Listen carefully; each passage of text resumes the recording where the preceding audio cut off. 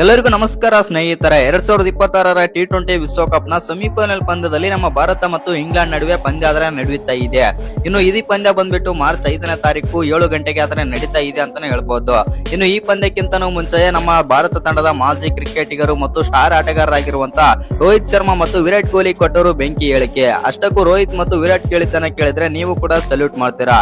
ಅಷ್ಟಕ್ಕೂ ರೋಹಿತ್ ಶರ್ಮಾ ಮತ್ತು ನಮ್ಮ ವಿರಾಟ್ ಕೊಹ್ಲಿ ಏನೆಲ್ಲ ಮಾತನಾಡಿದ್ದಾರೆ, ಏನೆಲ್ಲ ಹೇಳಿದ್ದಾರೆ ಟೀಮ್ ಇಂಡಿಯಾದ ಬಗ್ಗೆ ಮತ್ತು ಆಟಗಾರರ ಬಗ್ಗೆ ಅಂತ ತಿಳ್ಕೊಂಡ್ಬರೋಣ ಬನ್ನಿ. ಅದಕ್ಕಿಂತ ಮುಂಚೆ ಏನಾದರೂ ಟೀಮ್ ಇಂಡಿಯಾದ ಅಭಿಮಾನಿಯಾಗಿದ್ದಲ್ಲಿ ಈ ವಿಡಿಯೋಗೆ ಒಂದು ಲೈಕ್ ಕೊಟ್ಟು ನಮ್ಮ ಚಾನಲ್ ಅನ್ನ ಸಬ್ಸ್ಕ್ರೈಬ್ ಮಾಡ್ಕೊಳ್ಳಿ.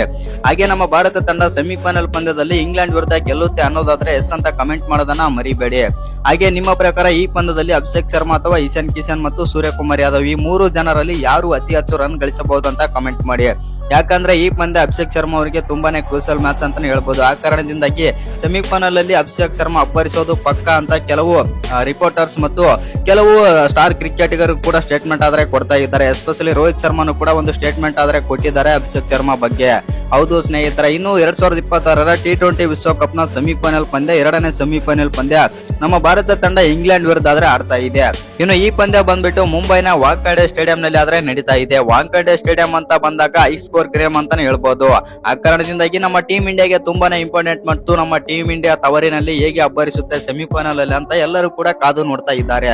ಇನ್ನು ಇದೀಗ ನಮ್ಮ ಮಾಜಿ ಕ್ರಿಕೆಟಿಗರ T20ಯಲ್ಲಿ ಮಾಜಿ ಕ್ರಿಕೆಟಿಗರು ಮತ್ತು ನಮ್ಮ ಸ್ಟಾರ್ ಕ್ರಿಕೆಟಿಗರ್ ಆಗಿರುವಂತಹ ವಿರಾಟ್ ಕೊಹ್ಲಿ, ರೋಹಿತ್ ಶರ್ಮಾ ಹೇಳಿದ್ದನ್ನ ಕೇಳಿದ್ರೆ ನೀವು ಕೂಡ ಸಲ್ಯೂಟ್ ಮಾಡ್ತೀರಾ.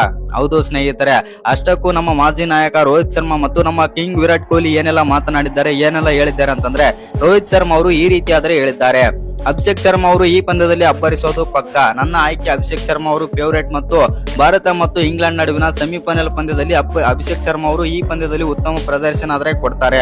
ಇನ್ನು ಎಲ್ಲ ಟೀಕಾಕಾರರಿಗೆ ಬಾಯಿ ಮುಚ್ಚೋದು ಪಕ್ಕ ಮತ್ತು ಅವತ್ತಿನ ದಿನ ಅಭಿಷೇಕ್ ಶರ್ಮಾ ಅವರು 50+ ರನ್ ಆಡೋದು ಪಕ್ಕ ಅಂತಂದು ರೋಹಿತ್ ಶರ್ಮಾ ಅವರು ಒಂದು ಸ್ಟೇಟ್ಮೆಂಟ್ ಆದ್ರೆ ಕೊಟ್ಟಿದ್ದಾರೆ ಅಂತಾನೆ ಹೇಳ್ಬೋದು. ಇನ್ನು ಅಭಿಷೇಕ್ ಶರ್ಮಾ ಬಗ್ಗೆ ಇನ್ನಷ್ಟು ಮಾತನಾಡಿದಂತ ನಾಯಕ ರೋಹಿತ್ ಶರ್ಮಾ ಅವರು ಈ ತರ ಆದ್ರೆ ಒಂದು ಸ್ಟೇಟ್ಮೆಂಟ್ ಆದ್ರೆ ಕೊಟ್ಟಿದ್ದಾರೆ. ಹೌದು, ಅಭಿಷೇಕ್ ಶರ್ಮಾ ಅವರ ಬ್ಯಾಟ್ ನಿಂದ ರನ್ ಆದ್ರೆ ಬರ್ತಾ ಇಲ್ಲ.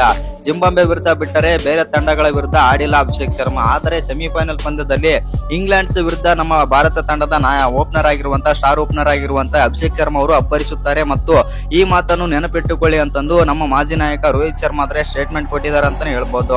ಹೌದು ಸ್ನೇಹಿತರೆ, ಇನ್ನು ನಮ್ಮ ವಿರಾಟ್ ಕೊಹ್ಲಿ ಏನೆಲ್ಲ ಮಾತನಾಡಿದ್ದಾರೆ, ಏನೆಲ್ಲ ಹೇಳಿದ್ದಾರೆ ನಮ್ಮ ಟೀಮ್ ಇಂಡಿಯಾದ ಬಗ್ಗೆ ಅಂತಂದ್ರೆ ನನ್ನ ಭಾರತ ತಂಡ ಒಳ್ಳೆಯ ಪ್ರದರ್ಶನ ಆದ್ರೆ ಕೊಡ್ತಾ ಇದೆ ಈ ಬಾರಿಯ ವಿಶ್ವಕಪ್ ನಲ್ಲಿ.